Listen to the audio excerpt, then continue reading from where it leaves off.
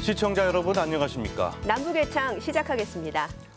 김여정 북한 노동당 부부장이 담화를 내고 남측을 향해 날선 비난을 쏟아냈습니다. 국내 탈북민 단체가 대북 전단을 살포했다고 주장한 걸 문제 삼았는데요. 네, 심각한 도발이다. 상응한 행동을 하겠다. 이런 협박성 발언들이 등장했습니다. 북한의 의도는 무엇인지 먼저 준비된 영상 보시고 전문가와 함께 짚어보겠습니다. 2021년 제18회 북한 자유주간을 맞아 대북전단 50만 장을 보냅니다. 김정은 세습독재 끝장내자! 탈북민 단체인 자유북한운동연합이 비무장지대와 인접한 경기도와 강원도 일대에서 대북전단을 살포했다며 공개한 영상입니다. 단체 측은 지난달 25일과 29일 사이 두 차례에 걸쳐 대형 풍선 10개를 이용해 대북전단 50만 장과 소책자 500권, 1달러 지폐 5,000장을 날려보냈다고 주장했습니다.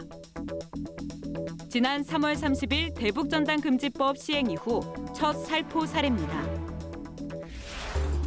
이 단체의 박상학 대표는 징역 3년이 아니라 30년, 교수대에 목을 매단 데도 사실과 진실을 말할 것이라며 전단 살포를 계속하겠다고 밝혔습니다. 김정은, 김여정의 하문법에 따라서 북한 인민의 알 권리마저 우리 입국기관에서 막아버리는 그런 폭거이고 악법입니다. 경찰은 대북전단을 살포한 박상학 대표를 즉시 입건해 수사하고 사무실 등도 압수수색했습니다. 대북전단 금지법은 군사분계선 일대에서 전단을 살포하면 3년 이하의 징역이나 3천만 원 이하 벌금형을 받을 수 있도록 규정하고 있습니다. 통일부도 개정 법률의 취지에 맞게 단호히 대처하겠다고 밝혔습니다. 접경 지역 주민들이 생명과 안전을 위한 법임을 다시 한번 말씀드리겠습니다. 하지만 북한은 즉각 반발했습니다. 문재인 대통령을 겨냥해 미국산 앵무새라고 비판했던 김여정 북한 노동당 부부장이 직접 나섰는데요.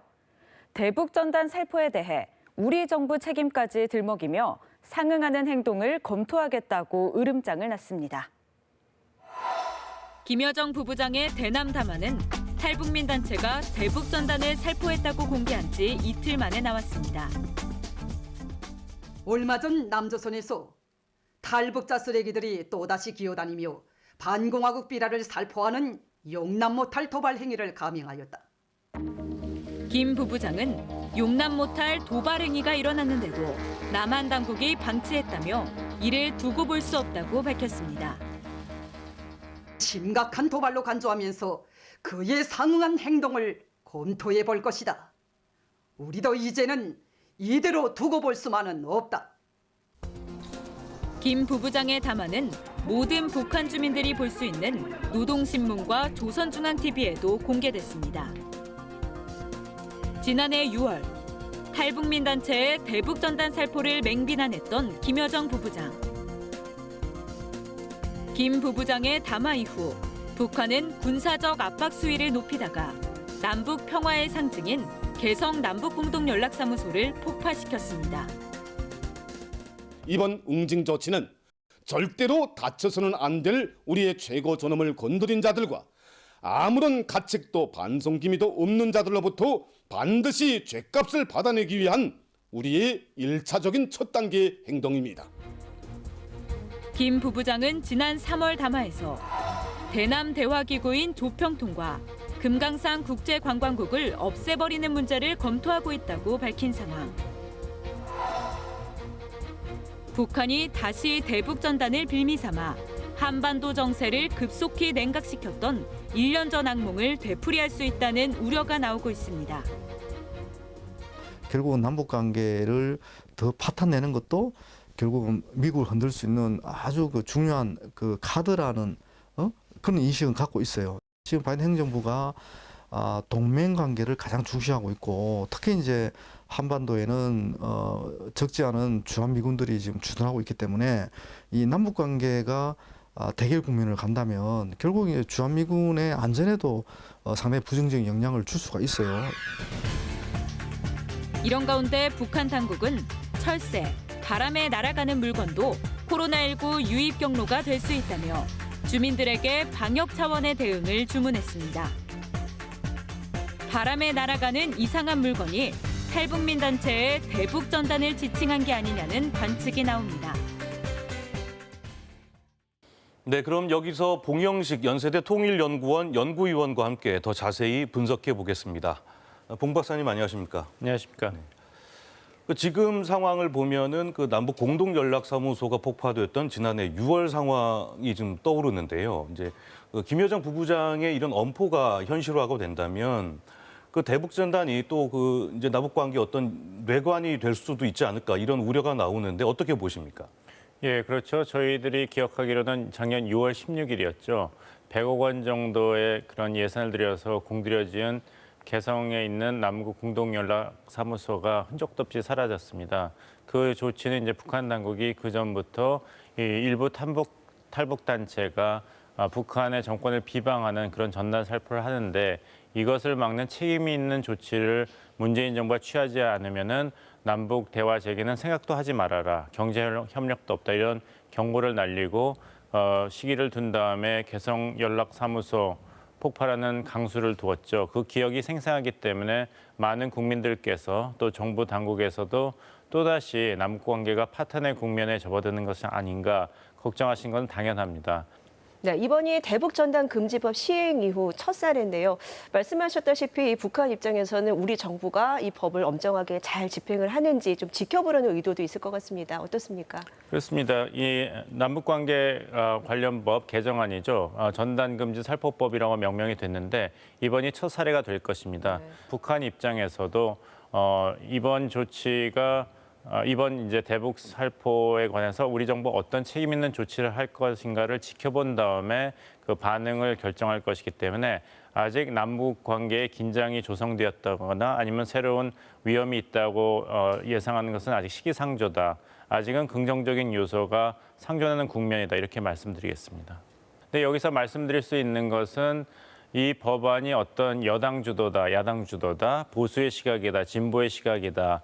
이렇게 보는 것은 사실 편협된 시각입니다. 접경 지역의 주민들의 신체적 안전을 보호하는 것도 중요하고 북한 주민의 알 권리를 증진하는 것도 중요하고 또 우리 국민들의 표현의 자유를 보호하는 것도 중요하기 때문에 이것을 어떻게 하면 적절하게 조화시켜서 추구할 수 있는가라는 고민이 녹아있는 그런 개정안이거든요. 그래서 이것을 엄정하게 집행한다는 것은 비단 어떤 한 아젠다라든지 어떤 한 가치만을 정부가 일방적으로 추구한다고 보는 것은 사실 일방적인 시각입니다. 봉 박사님, 그런데 지금 대북전단 금지법, 우리 정부가 제정한 대북전단 금지법을 미국이 지금 반대하고 있는 상황 아닙니까? 그럼 이제 대북전단 이 살포 행위를 우리가 엄벌하게 되면은 이제 미국 정부와 어떤 갈등이 생길 수밖에 없고 그렇다고 이제 대북전단 살포 행위를 묵과하게 되면은 이제 북한이 반발을 하게 될 텐데 우리 정부 입장에서는 어떤 좀 묘책이 있을 수 있을까요?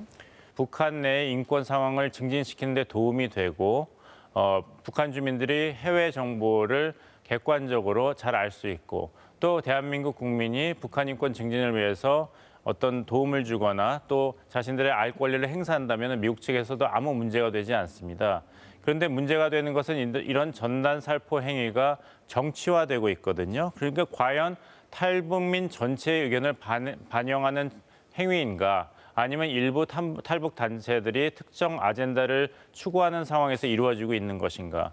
즉 전단 살포를 통해서 과연 북한 주민들이 납득할 수 있는 중요한 정보를 제공하는가 아니면 어떤 그런 탈북 단체의 행동에 대한 외부 지원과 정치적인 인정을 받기 위한 행동인가 여기에 대한 논란이 분명히 지적되었습니다.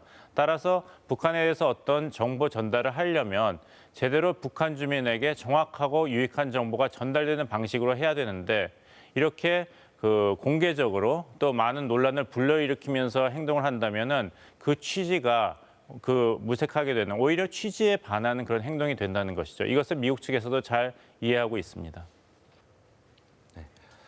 김여정 부부장의 담화 발표가 있던 날 북한은 미국을 향해서도 말폭탄을 쏟아냈습니다. 미국은 북한의 말과 행동을 지켜보겠다면서도 외교의 기회를 잡으라고 강조했는데요.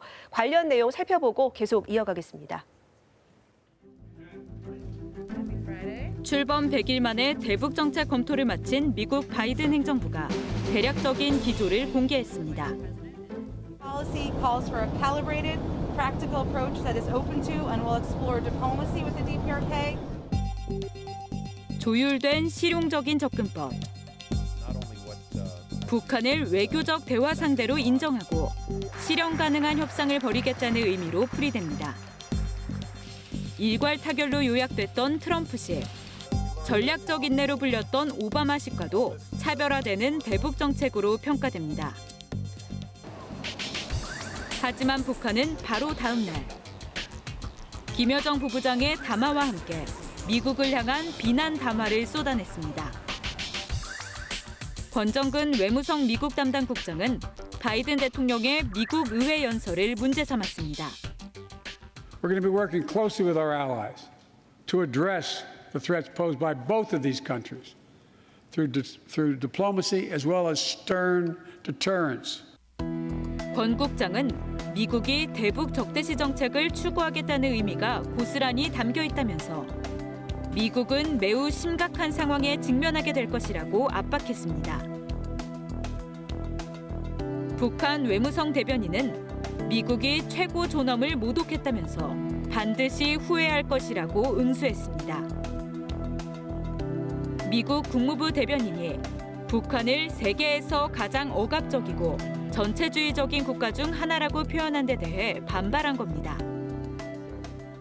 북한이 미국의 대화 제의에 호응하지 않는 것은 이 대화나 협상을 원하지 않아서가 아니라 기본적으로 자신들이 보다 진정성을 가지고 대화에 응할 수 있는 그런 조건과 환경을 만들어 달라는 그런 요구를 하는 거예요.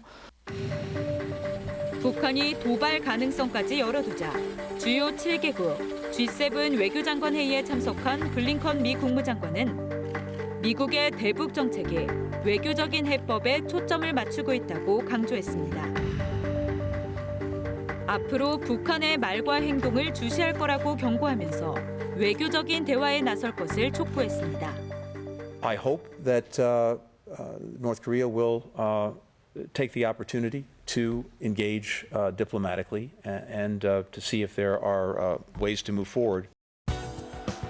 미국 측이 북한이 민감해하는 북한 비핵화 대신 한반도 비핵화란 표현을 사용하는 점도 눈여겨볼 부분입니다. 미 워싱턴 포스트는 미국이 최근 검토를 끝낸 대북 정책 기조를 북한에 전달하기 위해 접촉을 시도했지만 북한이 반응을 보이지 않았다고 보도했습니다.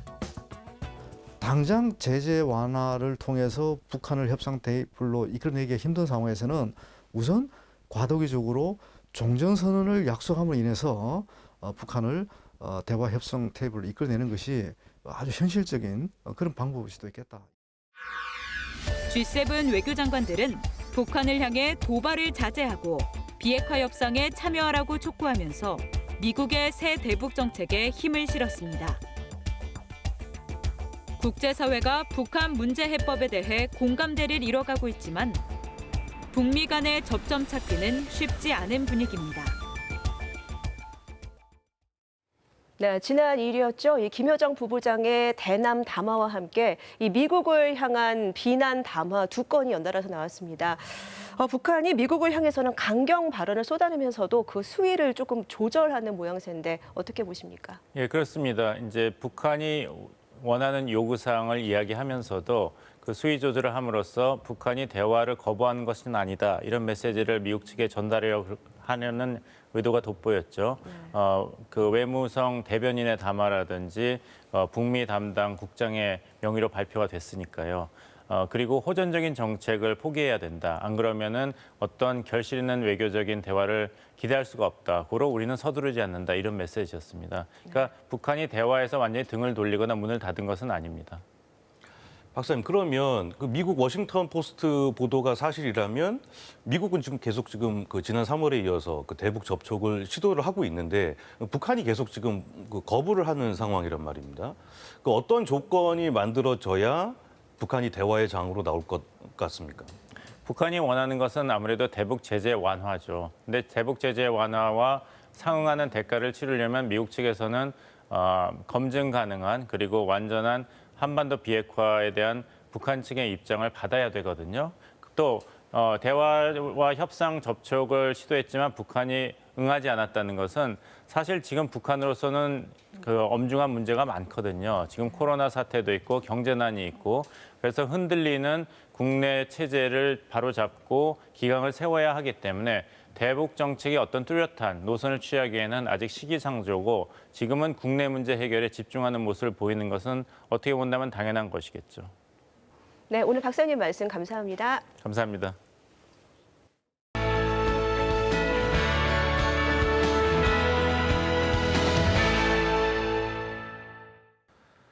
북한에선 주요 정치 행사가 있을 때마다 종종 횃불 행진이 펼쳐지는데요. 최근에도 수만 명의 청년들이 평양 시내에서 횃불을 든 모습을 조선중앙TV가 녹화 방영했습니다.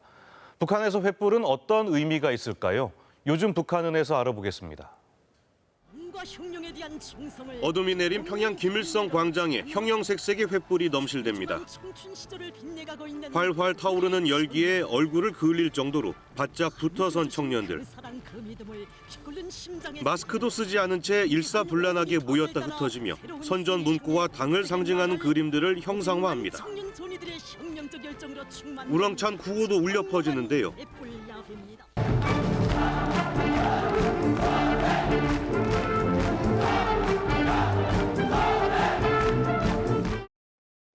이번 횃불 행진은 청년동맹 10차 대회를 기념해 열린 만큼 청년과 관련된 문구들이 많이 등장했습니다. 특히 척후대, 익측부대는 당 정책을 적극적으로 수행할 청년들의 역할을 부각하는 명칭인데요. 충성과 애국, 불타는 열정을 안고 끊임없는 영적 이훈을 창조하며 시대의 앞장에서 힘차게 내달릴 절의 의지가 비껴 흐르는 횃불 대회입니다.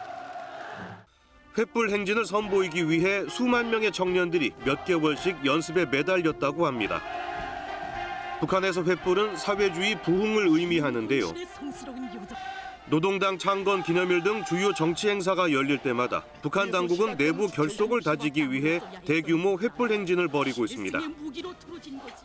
당중앙의 부름에 심장을 내대며 어렵고 힘든 전투장들의 용약 달려나가 진족의 돌파구를 열어제기자. 바로 이것이 애국으로 불타는 온 나라 청춘들의 한결같은 열망이고 철석의 의지입니다. 당에 대한 충성을 맹세하는 것으로 막을 내린 이번 횃불 행진. 북한 당국은 코로나19 상황 속에서도 수만 명의 청년들에게 횃불을 들게 하면서 청년들을 체제 유지의 선동 부대로 삼겠다는 의지를 내보이고 있습니다. 북한 매체들이 요즘 폐자재는 오물이 아닌 보물이라며 재자원화를 부쩍 강조하고 있습니다. 재활용 쓰레기를 모아서 산업자원으로 다시 쓰는 건데요. 극심한 경제난 속에서 재자원화를 주제로 한 단편 영화까지 나왔다고 합니다. 어떤 내용인지 함께 보시겠습니다. 피복 공장 직장장으로 일하는 주인공 영찬. 내가 버리고 말아야지. 부인과 달리 재활용에는 도통 관심이 없는 인물입니다. 아까워? 아니 이거 당신 이거 뭐가 잘못되지 않아서? 남이 쓰다 버린 이런 어지러운 걸 들고 다니셔야 되겠어? 구차스럽게. 영찬은 필요 없는 물건들을 모아둔 직장 동료를 나무라기도 하는데요. 야, 우리한테 필요 없는 저런 게 원물이지 딴 게 원물이야? 이제 당장 내다 버려. 싹 다. 하지만 직장 평가를 받게 되면서 화단 정리용 울타리를 구하기 위해선 폐수지가 필요하다는 사실을 알게 됩니다. 발등에 불이 떨어진 영찬. 버려뒀던 쓰레기를 되찾으러 폐기물 관리사업소를 결국 찾아가는데요. 직원에게 뇌물 공세까지 폈다가 부인한테 잔소리를 듣게 됩니다. 제가 버린 놈을 되찾겠다고 뇌물까지 바쳐요. 참 기가 막혀요. 어떻게 된 거야? 이렇게 단편 영화가 만들어질 정도로 북한 당국은 재자원화를 중점 사업으로 추진하고 있는데요. 폐플라스틱을 활용해 안전모를 생산하기도 하고 방직 공장에선 헌솜과 이불에서 실을 뽑아 옷감을 만듭니다. 비누 역시 폐자재로 만들어지는데요. 우리가 이 식료가공 과정에 나오는 폐설물과 그다음 또 폐유를 가지고 기름을 짜가지고 우리 자체로 기름의 원료를 보장합니다. 일반 북한 가정에선 다 쓴 치약이나 칫솔까지 폐기물 관리 사업소에 따로 반납할 정도라고 합니다. 대북 제재에다 코로나19로 인한 국경 봉쇄로 북한의 산업용 원자재 수입은 쉽지 않은 실정인데요. 산업 현장뿐 아니라 일반 가정에서까지 재자원화를 실천하는 건 북한의 어려운 경제 상황을 방증하는 것으로 풀이됩니다. 지금까지 요즘 북한은이었습니다.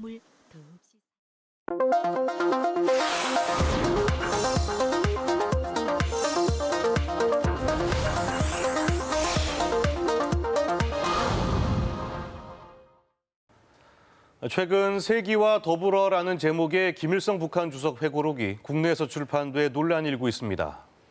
이 책의 판매와 배포를 금지해달라는 가처분 신청까지 법원에 제기돼 있는데요. 네, 경찰도 이 책의 출판 경위를 수사하고 있는데요. 과거 대법원 판례처럼 지금도 이적 표현물인지가 핵심 쟁점입니다. 북한 관련 콘텐츠를 누구나 쉽게 접하는 세상이 됐는데 표현의 자유는 어디까지 허용해야 할까요? 클로즈업 북한에서 김일성 회고록 논란 짚어보겠습니다. 지난달 27일 서울 서부지방법원.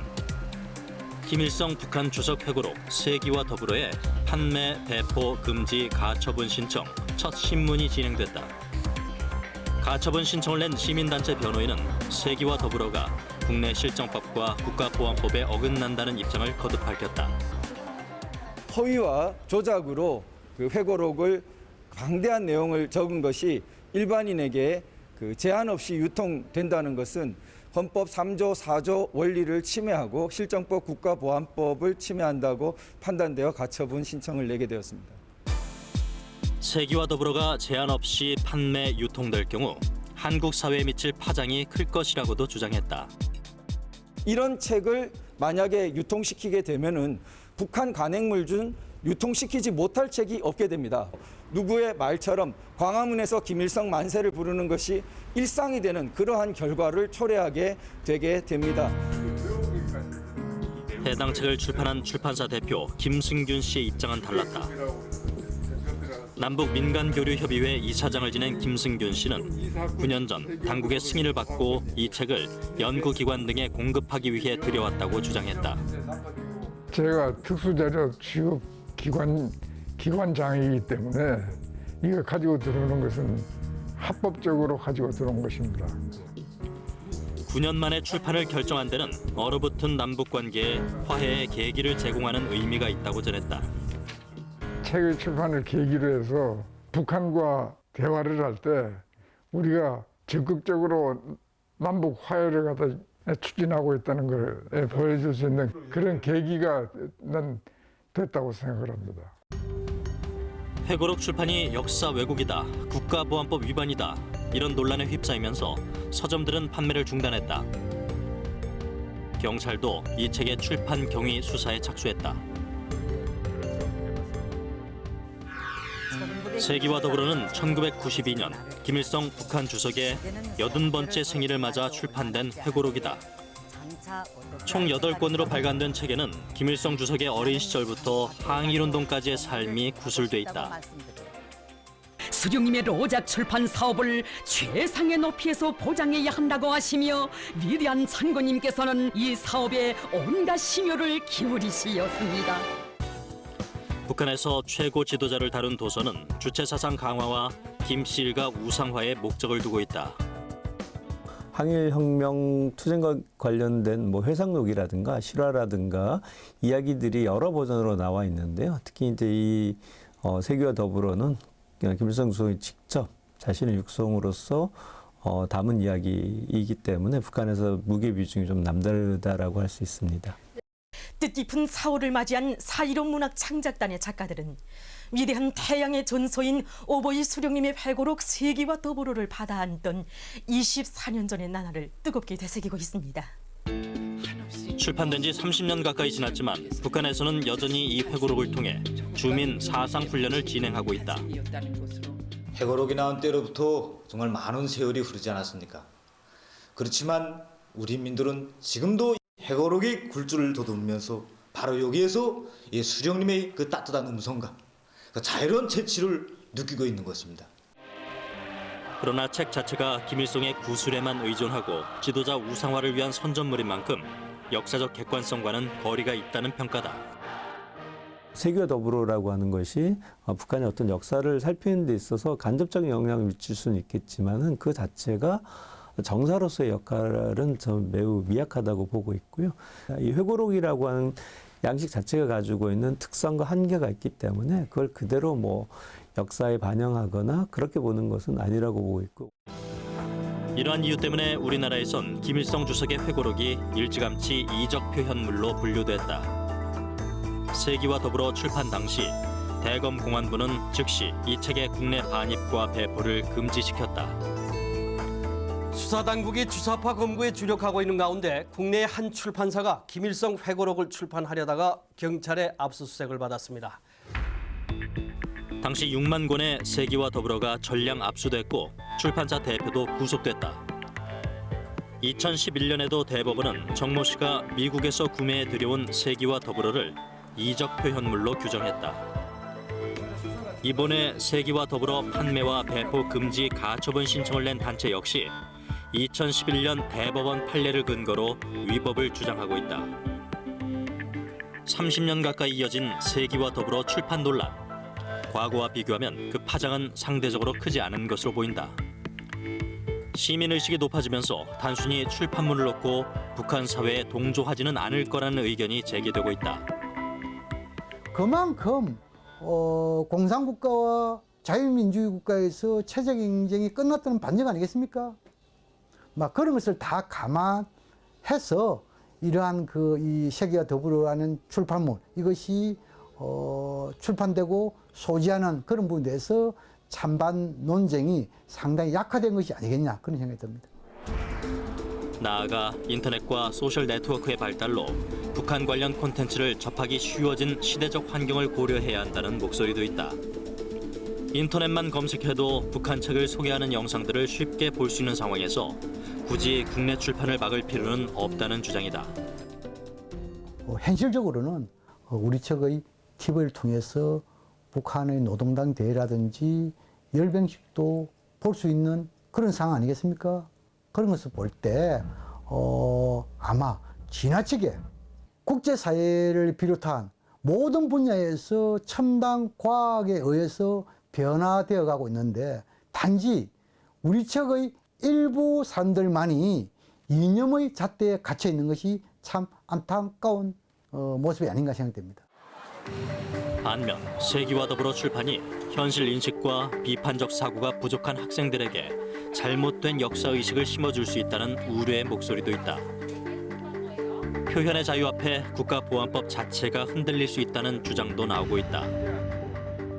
물론 50여 년 전 국가보안법의 남용 사례들이 분명히 존재하였고 그것을 지적하는 것은 일부 타당한 면이 있습니다. 그러나 많은 세월이 흘러서 그 사이 우리 조문도 바뀌었고 법원도 우리 자유민주적 기본 질서를 해하는 정을 알면서라는 단서 조항을 달아서 그 적용 범위를 아주 엄격하게 좁혀서 해석하고 있습니다. 오히려 너무나 좁혀 놓았기 때문에 과연 자유체제를 잘 보호할 수 있느냐가 우려스러울 정도입니다. 북한은 대외 선전 매체를 통해 세기와 더불어 출판 논란을 다루며 남측의 출판의 자유가 있느냐고 비난했다. 표현의 자유냐 이적 표현물이냐 30년 가까이 계속된 논란은 다시 한번 법원의 판단을 기다리고 있다.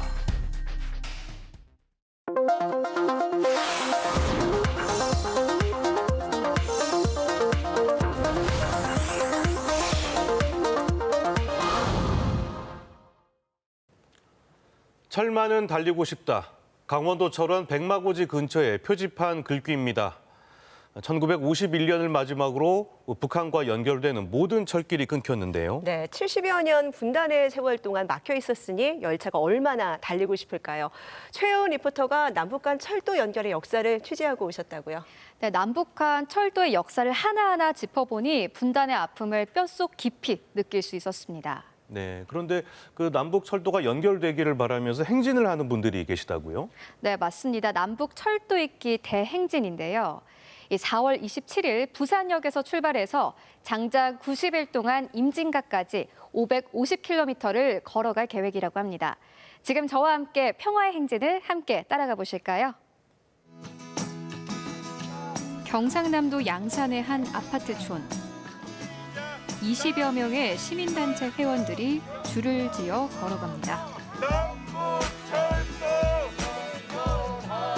한반도의 끊어진 철길이 다시 이어지길 바라며 한 걸음 한 걸음 내딛습니다. 하루도 빠지지 않고 가고 싶은데 그러지는 못해도 시간 날 때마다 그래도 좀 참가해서 이 취지를 시민들한테 좀 많이 알려내고 싶습니다. 행진은 판문점 선언 3주년이 되던 지난달 27일 부산역에서 시작됐습니다. 신의주행 열차가 지나가던 임진각까지 550km를 걸어가며 한반도 평화와 철도 있기를 알릴 계획인데요.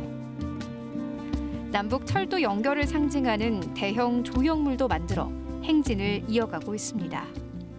남쪽은 평화, 북쪽 기차는 통일이라고 하는 이름을 달아서 저희가 이 기차가 만나면서 끊어진 민족의 혈맥을 이어보자는, 그래서 평화 번영의 길을 개척해보자는 그런 내용을 담은 조형물이에요. 이 조형물을 제작하는 데 3개월이나 걸렸다고 하는데요. 행진 도중 혹시 사고가 나지 않을까 안전에도 특별히 신경 쓰는 모습이었습니다. 땀 흘린 만큼 이 한반도에 평화가 찾아왔으면 좋겠어요. 더 이상 북한으로 뻗지 못하고 끊겨져 버린 철길. 분단의 아픔과 대한민국의 아픈 역사를 고스란히 담고 있는데요. 이 장장 90일간의 행진을 통해서 이 참여자들은 어떤 철길의 모습을 보여주고 싶었을까요? 남북한 철도는 일제 강점기 시절 전쟁과 수탈의 목적으로 놓여졌습니다. 하지만 한국전쟁으로 남북 간 열차는 멈춰서게 됩니다. 50년 가까이 지나 2000년 6월 남북 정상회담을 기점으로 한반도 철도 연결 논의가 본격적으로 시작되는데요. 그리고 2002년 9월 남과 북에서 동시에 경의선과 동해선 철도 도로 연결 착공식이 열렸습니다. 군사 분계선을 가로질러 끊겼던 민족의 혈맥과 지맥을 다시 잇게 되는 역사적 사변을 맞이하게 되었습니다. 이듬해 끊어진 철로를 이어붙이는 궤도 연결 행사가 열렸고 모두 61차례 진행된 협상 끝에 마침내 시범 운행이 성사됩니다. 쌍방은 2007년 5월 17일 남북 열차 시험 운행을 군사적으로 보장하기 위한 잠정 합의서를 채택하고 발효시키기로 하였다.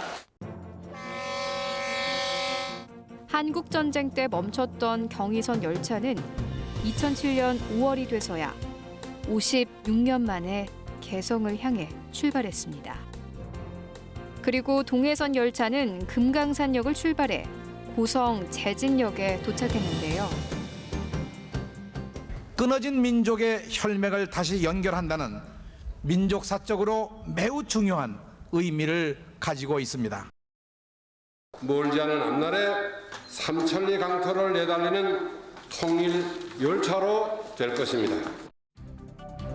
같은 해 12월 11일 파주 문산과 개성 공동을 연결하는 화물 열차도 개통됐습니다. 하지만 금강산 관광객 피습 사건 등 정치적 상황이 맞물리면서 화물 열차 운행은 다시 중단되고 마는데요. 남한이든 북한이든 서로 정치적인 이슈가 하나 나올 때마다 철도 연결 같은 이런 상황들을 무산시킨 것이 사실은 철도 연결이 지금까지 제자리 걸음했던 이유라고 생각합니다. 그러다가 2018년 평양에서 만난 남북한 정상은 철도와 도로를 연결하기로 합의합니다. 남과 북은 올해 안에 동서해선 철도와 도로 연결을 위한 착공식을 가질 것입니다. 그리고 18일간의 남북철도 공동조사도 진행되는데요. 경의선과 동해선을 포함해 총 2,600km를 달리며 북한의 철로 시스템 전반을 점검했습니다. 우리나라 철도 수준의 한 1980년 후반 수준하고 거의 유사한 수준이다 이렇게 말씀드릴 수 있겠습니다. 특히 북한도 굉장히 협조적으로 이 남북철도 연결과 관련된 부분에 대해서는 공동조사 때도 협조적으로 공동조사를 마쳤고요. 그러나 북미 비핵화 협상이 난항을 거듭하면서 남북한 철도 연결 사업도 답보 상태에 빠지게 됩니다. 북미 회담이 이제 노딜로 끝나면서 지금까지도 철도 협의가 이루어지지 않고 남북 간의 협력 논의가 이루어지지 않는 안타까운 상황이죠, 지금 현재. 급변하는 정세 속에서 철길을 연결하려는 노력은 번번이 무산됐습니다. 지금 제 옆에 있는 이 열차는 부산부터 신의주까지 운행이 됐던 열차인데요. 언제쯤 사람들을 가득 싣고 다시 북녘 땅을 달릴 수 있을까요? 남북한 철도를 연결하기 위한 지난한 과정을 거쳐 결국 이런 행진까지 이어지게 됐는데요. 행진을 지켜보는 시민들도 공감한 걸까요? 물질이 왕래하고 사람들도 왕래하니까 서로 훨씬 더 서로라고 인식하지 않고 하나라고 인식하는 데 큰 도움이 될 것 같습니다. 매일같이 이어지는 강행군에 피곤할 법도 하지만 이렇게 진심을 알아주는 시민을 만날 때면 보람을 느끼게 됩니다. 국민적인 요구가 좀 규모 있게 이렇게 제기되면 좋겠고요. 또 정부가 그런 국민들의 힘을 얻어서 그 힘을 입어서 좀 적극적으로 노력하면 좋겠습니다. 남북한이 공동조사까지 하고도 달리지 못하고 있는 평화의 열차. 550km의 대장정이 철도 연결의 미랄이 되기를 기대해 봅니다. 저희가 준비한 이번 주 소식은 여기까지입니다. 북한 국립교회단의 체력 교예 영상 마지막으로 준비했습니다. 남북의 창 마치겠습니다. 시청해주신 여러분 고맙습니다.